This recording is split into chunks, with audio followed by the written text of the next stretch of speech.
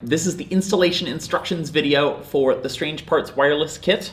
My goal is to give you as many of the tips and tricks that I learned learning how to do this as I can, and hopefully make it as successful for you as possible. Most of the actual work here is taking the parts out of your existing phone and putting them in the new case.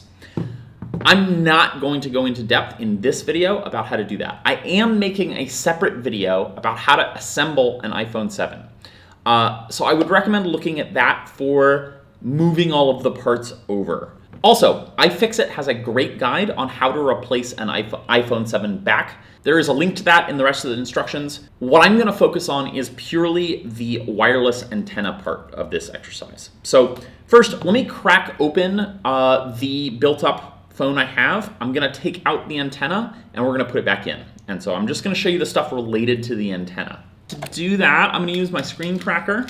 So I need a pentalobe screwdriver to get in the two outside screws here, and then I need a Phillips and a tri-tip. You're also going to want one of the cross screwdrivers, or just a narrow flathead bit will be okay too. All right, so let's pull out these screws here. Next, I'm going to take off this plate. So you will already have these off. I'm just getting to the point you will have stopped. I'm going to pull the battery off here. And then finally, I'm going to very delicately pop the connector here for the this bottom cable assembly. I really don't want to damage this. I recommend building up the phone pretty much completely, with the exception of two brackets, the one for the top screen connector and the one that covers the battery and bottom flex and the other two screen connectors. Build everything and plug everything in, put in the screen, put in the battery, test that your phone works. We just want to see it turns on, touch works, the Taptic engine works. We're going to plug it into a charger. Let me grab a power bank here, and it charges. Good. You know, Touch ID works. Taptic should work.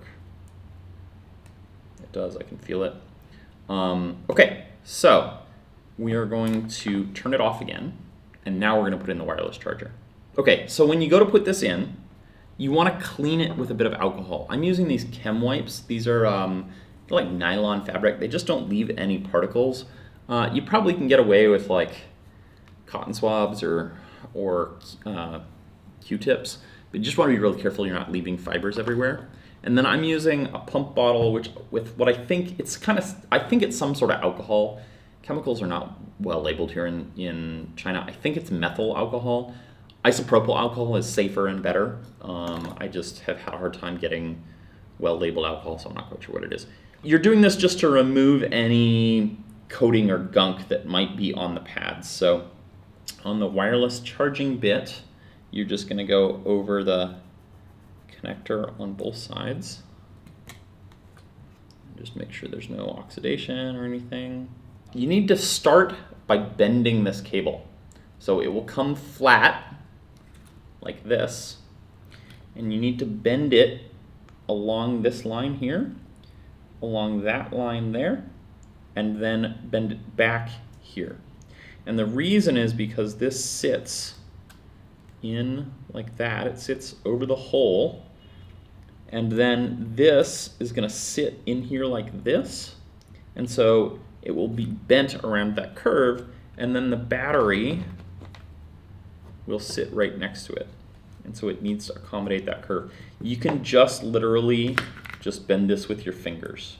Then you need to get these aligned. This is the critical step. This cable goes over the plug here, and then the plug fits down into the socket. Do not put it down and then try and plug through it. I damaged a cable that way. You're going to look at it like this, get it all lined up and pushed over it, and then hold it with a pair of tweezers and very gently flip down the connector. Now is time for the foam strips. I think 2 or 3 is the ideal number. This foam just provides a little additional pressure on the connector. Put them on with your tweezers. So they go right on top of that bottom flex connector. And so you want one layer on the whole thing. So one on top and one on bottom. They just sit right next to each other there, like so. And then I like to put another. Every time I've done this, I've ended up adding another. So I would probably just recommend putting one on now. You can put it all the way at the top or a little bit down. That just helps put pressure in the exact right spot for some of the more stubborn connectors, in my experience. If you want to be conservative, start with 2, try it, and then add a 3rd if you're having problems. This is crucially important to get this connector on. This is what holds the pressure on that foam to push the connector in. So line that up. I like to put the long screw in first. So there are 4 screws, 3 of them are the same size and one's longer. The long one goes in the end there, like so. And I don't screw them all the way down until the end. So I get them all in and then I tighten them. You really do want them to be tight. Don't over tighten them. That is it. You can leave this connector here off for now. Not crucial. And same with this if you want. You can leave all of those off, or those 2 off. This one, you may as well put it on, it's fine. Try and boot up your phone. There are 2 tests that you can do. The first is just, does the cable charge? It is possible to have problems with the connector, because this is the connector that goes to the lightning jack. If it's really not seated, you won't be able to charge with the cable. So let's try that first. It charges. If you have one, some sort of USB amp meter is really helpful for debugging.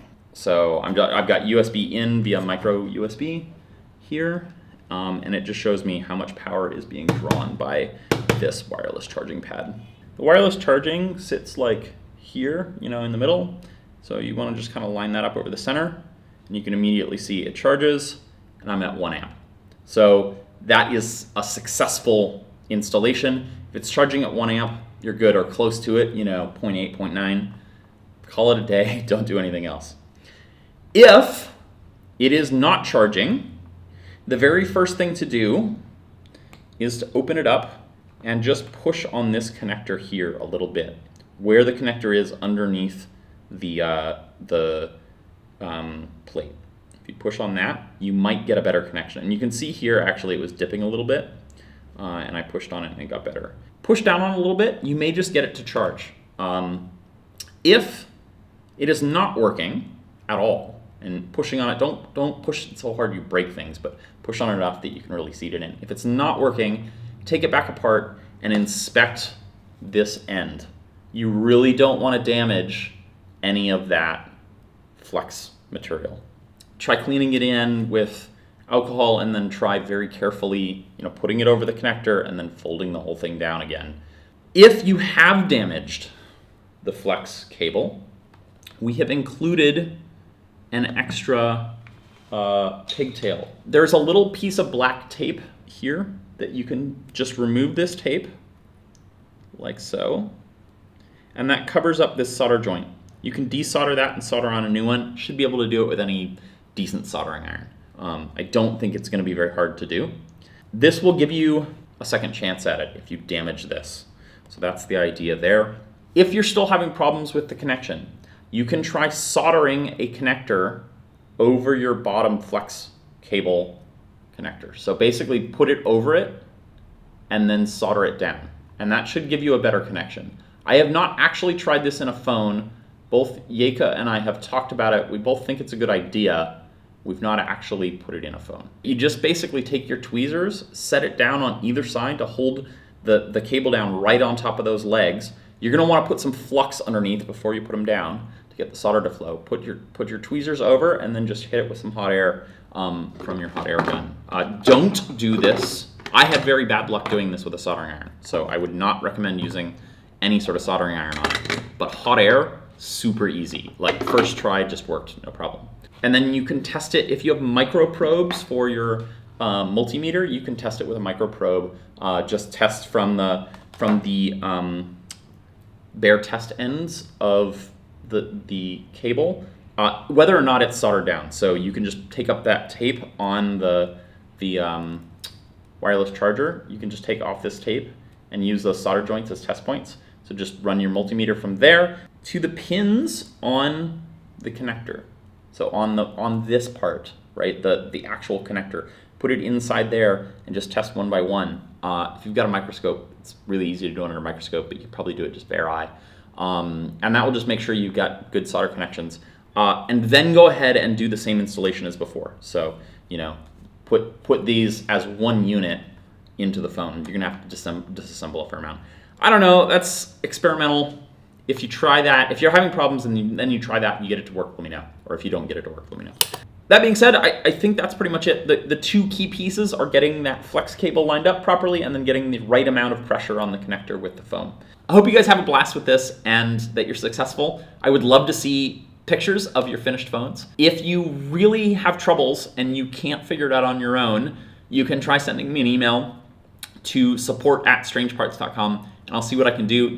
I'll be upfront and say I have limited time to give sort of hands-on support on this right now just because I'm really busy making videos. But I'll do what I can as far as what I can do remotely. And hopefully we'll get some information sharing from those of you that have had success helping out those that haven't. Maybe we'll do a forum or comment section or something so that we can get you guys talking to each other. Good luck.